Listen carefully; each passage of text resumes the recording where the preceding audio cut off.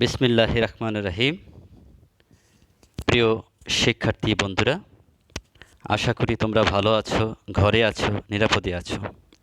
আমিও তোমাদের দোয়ায় মহান আল্লাহ রাব্বুল আলামিনের অশেষ মেহেরবানিতে ভালো আছি। তোমরা জানো, করোনা ভাইরাস নামক এক বৈশ্বিক মহামারীতে আজ সারা বিশ্ব স্থবির হয়ে আছে। বা আমাদের বাংলাদেশও এর বাহিরে নয়। আমরাও আজকে প্রায় মার্চ মাসের শুরু থেকে এ পর্যন্ত প্রায় গৃহবন্দী অবস্থায় আছি। দেশের সমস্ত শিক্ষা প্রতিষ্ঠান বন্ধ রয়েছে। তোমাদের এসএসসি ফাইনাল পরীক্ষা ইতিমধ্যে শেষ হয়ে যাওয়ার কথা ছিল, কিন্তু এই মহামারীর কারণে এখনও পরীক্ষা অনুষ্ঠিত হওয়ার সুযোগ হয়নি। কিন্তু সময় তো আর বসে নেই, সময়ের গতিতে সময় চলছে। জীবিকার প্রয়োজনে মানুষ পথ চলছে, মানুষ আজকে ঘর থেকে বের হচ্ছে। আমাদেরকেও ঘরে অলস বসে থাকলে চলবে না। একজন শিক্ষার্থীর জীবন জীবিকা হচ্ছে তার অধ্যয়ন, তার পড়াশোনা। আর একজন শিক্ষক হিসেবে আমাদের দায়িত্ব হলো তোমাদের এই পড়াশোনার গতিকে সচল রাখা। তারই অংশ হিসাবে আমার এই ক্ষুদ্র প্রয়াস, প্রেজেন্টেশন 1, বিষয় পরিসংখ্যান দ্বিতীয় পত্র, সাধারণ পাঠ সূচক সংখ্যা, বিশেষ পাঠ জীবনযাত্রার ব্যয় সূচক সংখ্যা, cost of living index number. চলো আমরা আমাদের আজকের পাঠে যাই। আজকের এই সেশনে তোমাদের সবাইকে স্বাগতম।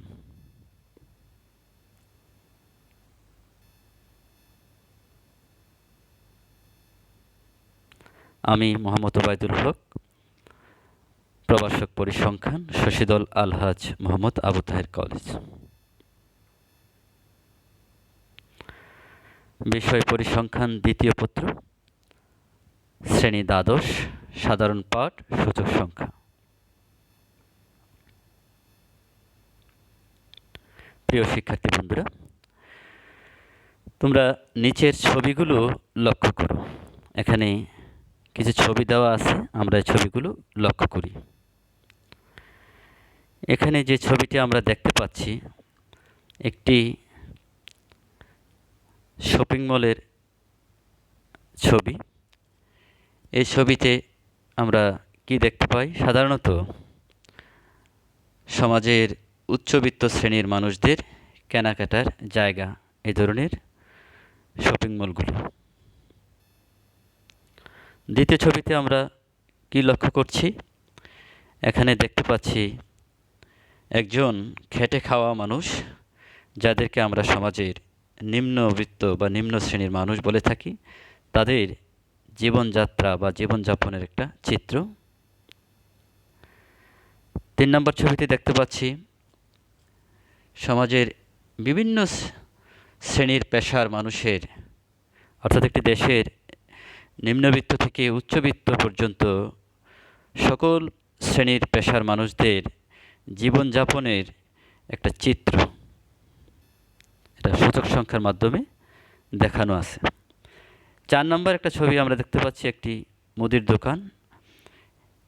কিছু লোক কেনাকাটা করছে। সাধারণত সমাজের মধ্যবিত্ত শ্রেণীর মানুষদের কেনাকাটার জায়গা এটা।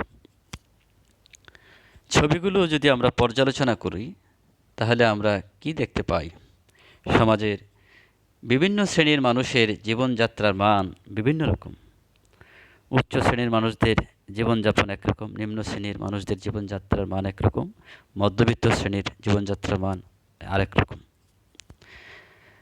তোমরা কি অনুমান করতে পারবে বা বলতে পারবে আজকে আমরা কি নিয়ে আলোচনা করব? তোমরা ঠিক বলতে পেরেছ। আজকে আমরা আলোচনা করব জীবনযাত্রার ব্যয় সূচক সংখ্যা নিয়ে। অর্থাৎ cost of living index number নিয়ে আজকে আমরা আলোচনা করব। তোমরা আজকের এই পাঠের শিরোনামটি খাতায় লিখে রাখো। শিখন ফল। আজকের পাঠ শেষে আমরা কি কি জিনিস শিখতে পারবো, বলতে পারবো, ব্যাখ্যা করতে পারবো, লিখতে পারবো।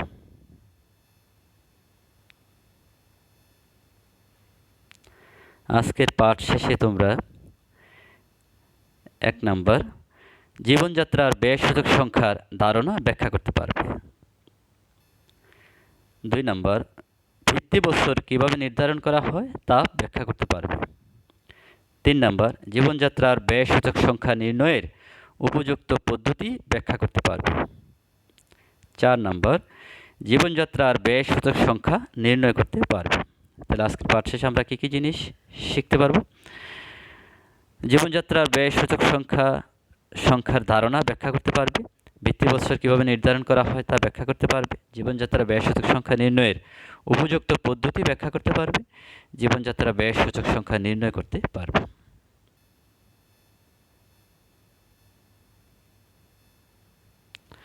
নিচের উদ্দীপকটি লক্ষ্য করো। একটা উদ্দীপক এখানে দেওয়া আছে। নিচের সারণীতে কোনো এক কোম্পানির কর্মকর্তাদের 2018 এবং 2019 সালের কতিপয় নিত্য প্রয়োজনীয় ভোগ্যপণ্যের মূল্য এবং ভোগের পরিমাণ দেওয়া হলো। ভোগ্যপণ্যগুলো কী কী? খাদ্য, বস্ত্র, বাসস্থান, চিকিৎসা এবং অন্যান্য। খরচের হার দেওয়া আছে, যাকে আমরা ভার হিসাবে ব্যবহার করব। খরচের হার খাদ্যে 50%, বস্ত্রে 20%, বাসস্থানে 20%, চিকিৎসায় 5%, অন্যান্য 5%। এটা খরচের হার। 2018 সালের মূল্য খাদ্য 130, বস্ত্র 60, বাসস্থান 30, চিকিৎসায় 50, অন্যান্য 20।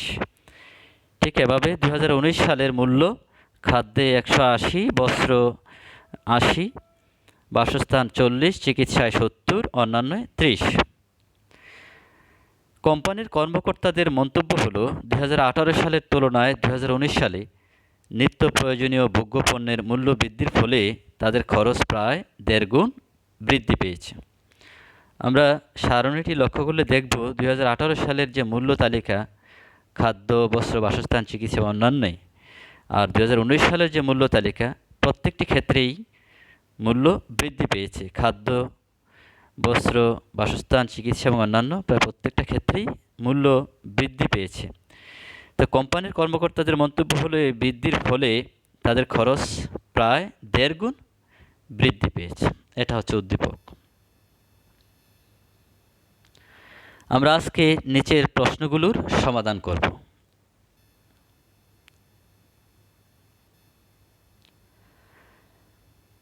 ক, জীবনযাত্রার ব্যয়সূচক সংখ্যা কাকে বলে?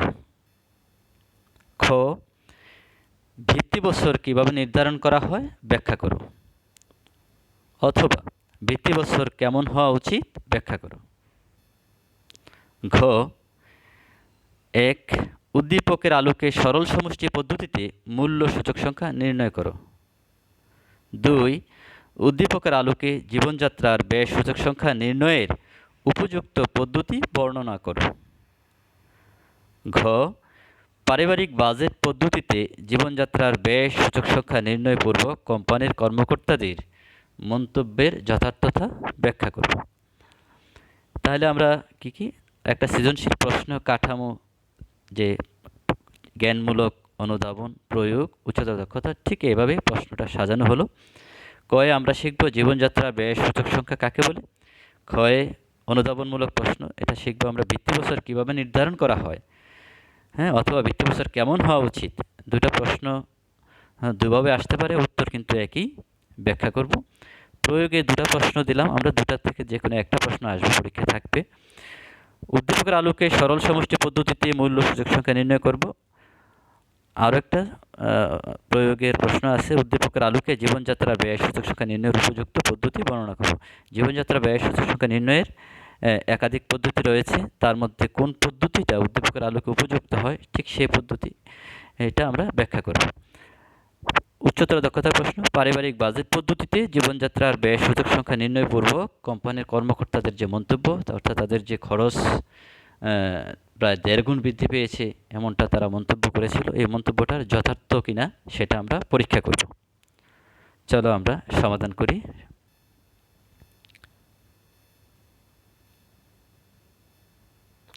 কয়ে যে প্রশ্নটা ছিল জ্ঞানমূলকের, যে জীবনযাত্রার ব্যয়সূচক সংখ্যা কাকে বলে? জীবনযাত্রার ব্যয়সূচক সংখ্যা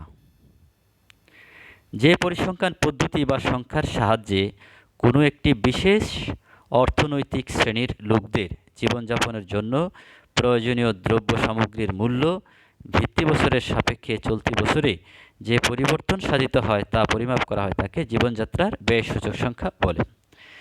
তাহলে জীবনযাত্রার ব্যয়সূচক সংখ্যা মানে হচ্ছে একটি সংখ্যা বা পরিসংখ্যান পদ্ধতি, আর এই সংখ্যা বা পদ্ধতির সাহায্যে একটি বিশেষ অর্থনৈতিক শ্রেণীর লোকদের জীবনযাপনের জন্য যে প্রয়োজনীয় যে দ্রব্য সামগ্রী এদের মূল্য ভিত্তি বছরের সাপেক্ষে, ভিত্তি বছর মানে যে বছরের সাথে তুলনা করে তুমি সূচক সংখ্যা নির্ণয় করবা, হ্যাঁ, এই ভিত্তি বছরের সাপেক্ষে চলতি বছরের মানে যে বছরের সূচক সংখ্যা নির্ণয় করবা সেই চলতি বছরের যে পরিবর্তন সাধিত হয় তা পরিমাপ করা হয় তাকে জীবনযাত্রার ব্যয়সূচক সংখ্যা বলে। আশা করি তোমরা বুঝতে পেরেছ। প্রয়োগের যে অনুধাবনমূলক প্রশ্নটা যে ছিল যে ভিত্তি বছরটা কেমন হওয়া উচিত বা ভিত্তি বছর কেমন কীভাবে নির্ধারণ করা হয়। তাহলে ভিত্তি বছর কি আগে একটু বলি। শুরুতে আমরা ভিত্তি বছরের একটা পরিচয় দিলাম। যে বছরের সাথে তুলনা করে সূচক সংখ্যা নির্ণয় করা হয় তাকে ভিত্তি বছর বলে। আর ভিত্তি বছর অবশ্যই স্বাভাবিক বছর হওয়া বাঞ্ছনীয়, এটা জ্ঞান। তোমরা জেনে থাকবে যে অনুধাবনমূলক প্রশ্নগুলোর দুটো অংশ থাকে, একটা জ্ঞান এবং আরেকটা কি ব্যাখ্যা।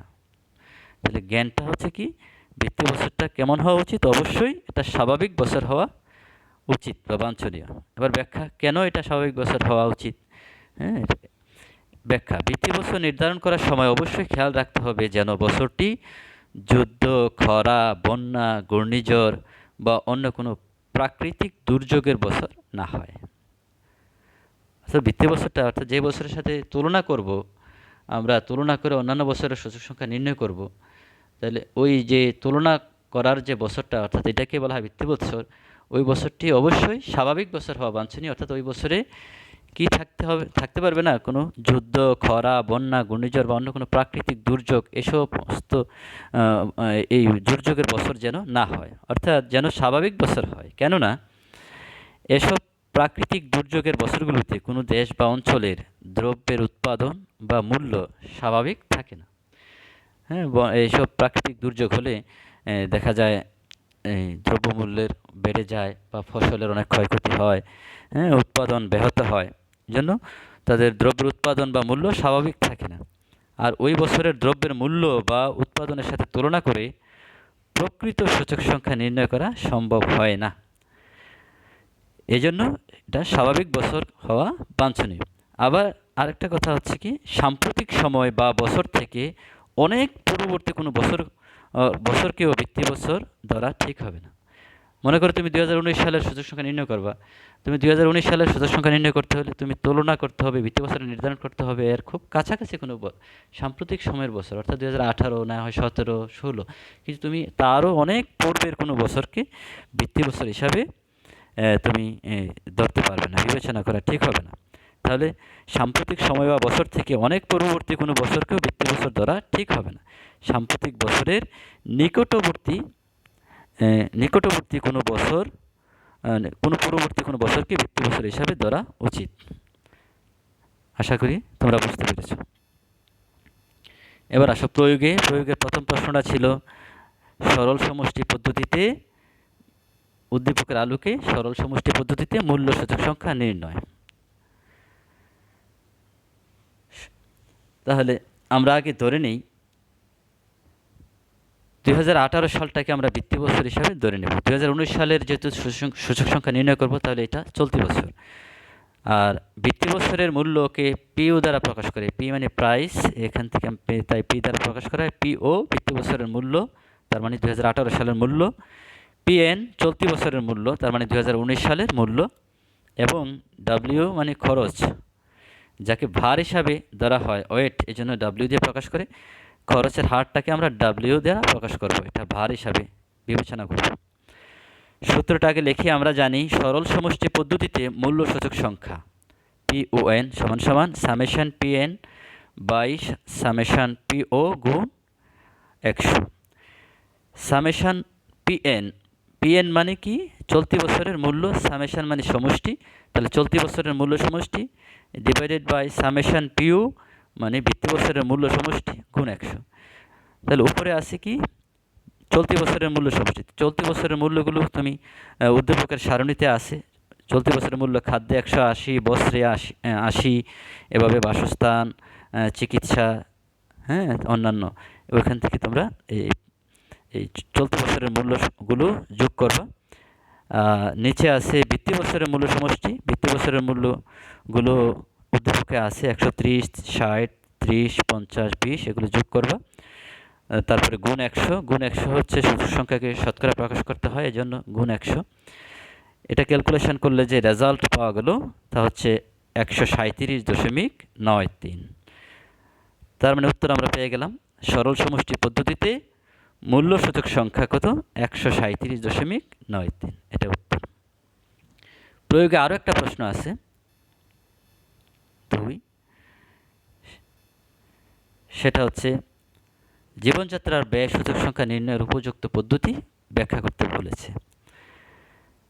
আমরা জানি জীবনযাত্রার ব্যয় সূচক সংখ্যা নির্ণয়ের দুটি পদ্ধতি রয়েছে। 1 খরচের সমষ্টি পদ্ধতি, 2 পারিবারিক বাজেট পদ্ধতি। খরচের সমষ্টি পদ্ধতি, এখন এই দুইটা পদ্ধতির মধ্যে কোন পদ্ধতিটা উদ্দীপকের আলোকে উপযুক্ত তা ব্যাখ্যা করব। তা আসলে খরচের সমষ্টি পদ্ধতি সবচেয়ে জনপ্রিয় এবং ব্যাপক ব্যবহৃত পদ্ধতি। এ পদ্ধতিতে ভিত্তি বছরের পরিমাণকে ভার হিসাবে ধরা হয়। তাহলে খরচের সমষ্টি পদ্ধতিতে ভার হিসাবে কী ধরা হয়? ভিত্তি বছরের পরিমাণ। তাহলে উদ্দীপকে অবশ্যই ভিত্তি বছরের পরিমাণ থাকতে হবে যদি তুমি খরচের সমষ্টি পদ্ধতিতে জীবনযাত্রা ব্যয় সূচক সংখ্যা নির্ণয় করতে যাও। আবার পারিবারিক বাজেট পদ্ধতি মূলত আপেক্ষিক মূল্যের ভারযুক্ত গড় পদ্ধতি। এ পদ্ধতিতে মোট খরচ অর্থাৎ প্রত্যেক পরিবারের গড়ে মাসিক খরচটাকে ভার হিসাবে ধরা হয়। এখানে খরচের হারকে ভার হিসাবে ধরা হয় কোথায়? পারিবারিক বাজেট পদ্ধতিতে। এখন আসো আমরা তাহলে দুইটা জিনিস জানলাম। খরচের সমষ্টি পদ্ধতিতে ভার হিসাবে ধরা হয় কাকে? ভিত্তি বছরের পরিমাণকে। আর পারিবারিক বাজেট পদ্ধতিতে ভার হিসাবে ধরা হয় কাকে? খরচের হারকে। তাহলে ভিত্তি বছরের পরিমাণ উদ্দীপকে আছে কি না এটা আমরা লক্ষ্য করি। উদ্দীপকের তথ্যে ভিত্তি বছরের অর্থাৎ 2018 সালের পরিমাণের তথ্য দেওয়া নাই, কিন্তু কী দেওয়া আছে? খরচের হারের তথ্য দেওয়া আছে। যেহেতু উদ্দীপকের তথ্যে ভিত্তি বছরের পরিমাণের তথ্য দেওয়া নাই, অতএব এক্ষেত্রে খরচের সমষ্টি পদ্ধতিতে জীবনযাত্রার ব্যয় সূচক সংখ্যা নির্ণয় করা সম্ভব নয়। কিন্তু যেহেতু উদ্দীপকের তথ্যে খরচের হারের তথ্য দেওয়া আছে, অতএব এক্ষেত্রে পারিবারিক বাজেট পদ্ধতিতেই জীবনযাত্রার ব্যয় সূচক সংখ্যা নির্ণয় করতে হবে। অতএব বলা যায় উদ্দীপকের আলোকে জীবনযাত্রার ব্যয় সূচক সংখ্যা নির্ণয়ের জন্য পারিবারিক বাজেট পদ্ধতিই উপযুক্ত পদ্ধতি। আশা করি তোমরা বুঝতে পেরেছ। এবারে আসো উচ্চতর দক্ষতার প্রশ্নে আমরা কি করব।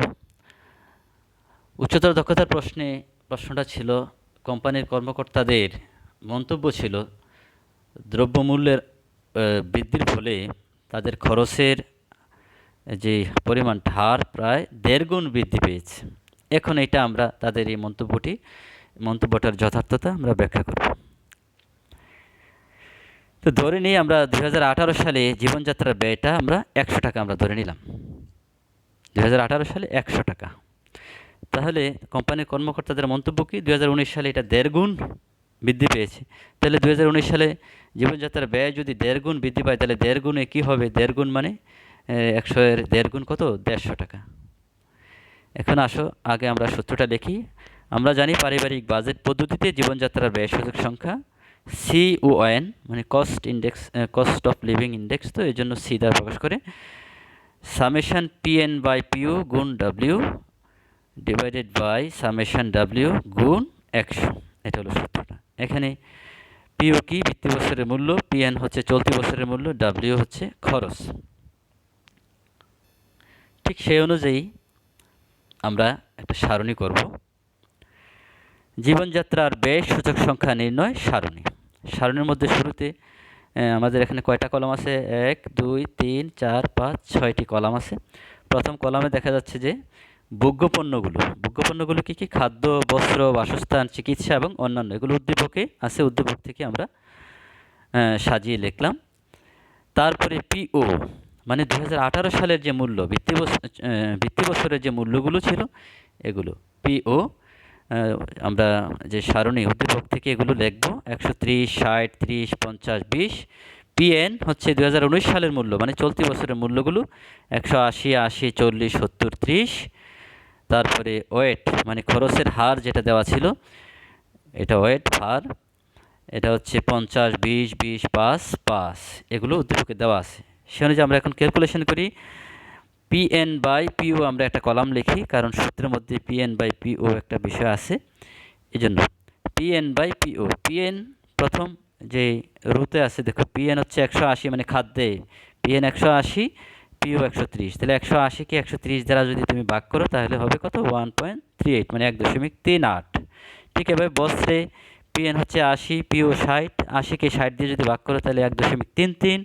বাসস্থানে পিএন হচ্ছে 40, পিও 30, তাহলে 40কে 30 দিয়ে ভাগ করলে 1.33। চিকিৎসাতে পিএন 70, পিও 50, 70কে 50 দিয়ে ভাগ করলে হবে 1.40। অন্যান্যতে আছে পিএনে 30, পিওতে 20, 30কে 20 দিয়ে ভাগ করলে হবে 1.50। ঠিক এটার পরের যে কলামটা সেটা হচ্ছে পিএন বাই পিও গুণ ডাব্লিউ। তাহলে পিএন বাই পিওর কলামটা হচ্ছে এখানে এই কলামের সাথে ডাব্লিউ গুণ করো। অর্থাৎ দেখো খাদ্যে পিএন বাই পিওর কলামে আছে 1.38, এটার সাথে ডাব্লিউ মানে 50 গুণ করো, তাহলে হবে 69.00। তারপরে বস্ত্রে পিএন বাই পিও হচ্ছে 1.33, এটার সাথে 20 গুণ করো, তাহলে হবে 26.60। বাসস্থানে পিএন বাই পিও আছে 1.33, এটার সাথে ডাব্লিউ মানে 20 গুণ করো, তাহলে হবে 26.60। চিকিৎসাতে পিএন বাই পিও আছে 1.40, এটার সাথে তুমি ডাব্লিউ মানে 5 গুণ করো, তাহলে হবে 7.00। অন্যান্যতে পিএন বাই পিও আছে 1.50, এটার সাথে 5 গুণ করে তাহলে হবে 7.50। এবার এগুলো সবগুলো সামেশন করো, যোগ করো। সর্বশেষ যে কলামটা পিএন বাই পিও গুণ ডাব্লিউ, এই কলামের রেজাল্টগুলো গুণ করো, তাহলে হবে 136.70।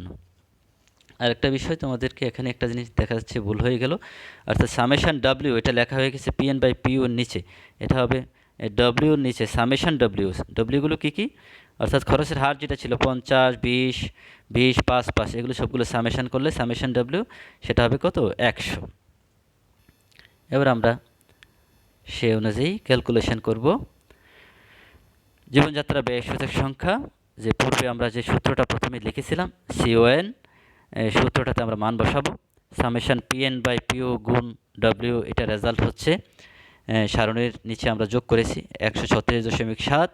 সামেশন ডাব্লিউ হচ্ছে 100 গুণ 100, এটা ক্যালকুলেশন করলে হয় 136.7। কত পেলাম? জীবনযাত্রা উদ্দীপকের আলোকে আমরা জীবনযাত্রার ব্যয় সূচক সংখ্যা নির্ণয় করলাম। জীবনযাত্রার ব্যয় সূচক সংখ্যা পাওয়া গেল 136.7, যাহা 1.5 গুণ অর্থাৎ 150-এর বেশি নয়। 136.7 150 অপেক্ষা কম। অতএব কোম্পানির কর্মকর্তাদের মন্তব্যটা যথার্থ ছিল না। 1.5 গুণ হয় নাই তো, তারা তো বলেছে 1.5 গুণ হবে অর্থাৎ 150-এর বেশি হবে, কিন্তু 1.5 গুণ হয় নাই। তাহলে কোম্পানির কর্মকর্তাদের মন্তব্যটি যথার্থ ছিল না। এবারে তোমাদের জন্য একটা বাড়ির কাজ দেই, তোমরা এই বাড়ির কাজটি করবে। একটা উদ্দীপক দিলাম আমি এখানে। মোহাম্মদ ফখরুল আলম একজন সরকারি চাকরিজীবী। ফখরুল সাহেবের পরিবারের 2018 এবং 2019 সালের কতিপয় নিত্য প্রয়োজনীয় ভোগ্যপণ্যের মূল্য এবং 18 সালের ভোগের পরিমাণ নিচে সারণীতে দেওয়া হলো। একটা সারণী দেওয়া আছে, ভোগ্যপণ্য কী কী? চাল, তেল, বাসা ভাড়া, বস্ত্র, তাদের একক দেওয়া আছে কেজিতে, চালের তেল লিটারে, বাসা ভাড়া প্রতি গড়, হ্যাঁ, বস্ত্র মিটার। এভাবে 2018 সালে ভোগের পরিমাণ দেওয়া আছে 30, 8, 5, 50। একক প্রতি মূল্য দেওয়া আছে 2018 সালে 40, 80, 1500, 50, 2019 সালে 50, 100, 2000, 60। এভাবে একটা সারণী দেওয়া আছে। ফখরুল সাহেবের ধারণা, নিত্য প্রয়োজনীয় ভোগ্যপণ্যের মূল্য বৃদ্ধির ফলে তার জীবনযাত্রার ব্যয় বৃদ্ধি পেয়েছে। বর্তমানে জীবনযাত্রার মান ঠিক রাখার জন্য তার আয় বাড়ানো প্রয়োজন, তাই সে চাকরির পাশাপাশি অন্য একটি ব্যবসা বা দোকান চালানোর সিদ্ধান্ত নেন। ফখরুল সাহেবের ধারণা কি? যেহেতু সরকারি চাকরিজীবী, তার বেতন লিমিটেড, কিন্তু দ্রব্যমূল্য যেহেতু অনেক বৃদ্ধি পেয়েছে প্রত্যেকটা ক্ষেত্রেই, তাই তার জীবনযাত্রার মানের বৃদ্ধির জন্য বা মানটা ঠিক রাখার জন্য তার আয় বৃদ্ধি করা দরকার, তাই সে চাকরির পাশাপাশি অন্য একটি ব্যবসা বা দোকান চালানোর সিদ্ধান্ত নেন। এটা হচ্ছে উদ্দীপক। সেই উদ্দীপকের আলোকে নিচের প্রশ্নগুলোর উত্তর বা সমাধান তোমরা শিখে খাতায় লিখবে। আমি পরে তোমাদের কাছ থেকে এগুলো দেখব।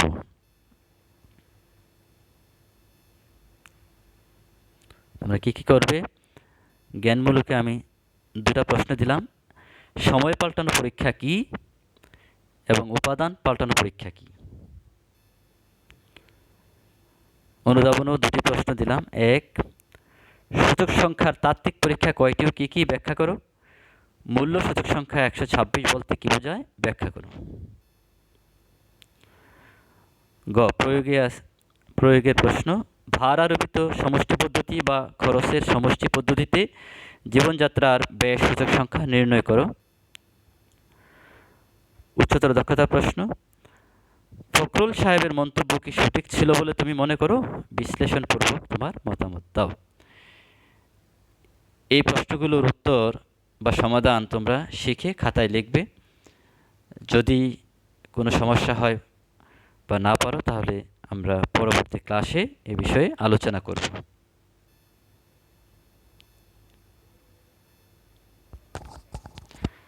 প্রিয় শিক্ষার্থী বন্ধুরা, তোমরা ভালো থাকবে, ঘরে থাকবে, নিরাপদে থাকবে। তোমাদের পাশের মানুষটিকে ভালো রাখার চেষ্টা করবে, নিয়মিত পড়াশোনা করবে। পরবর্তীতে আবারও নতুন কোনো বিষয় নিয়ে কথা হবে। আজকে এ পর্যন্তই। সবাইকে ধন্যবাদ।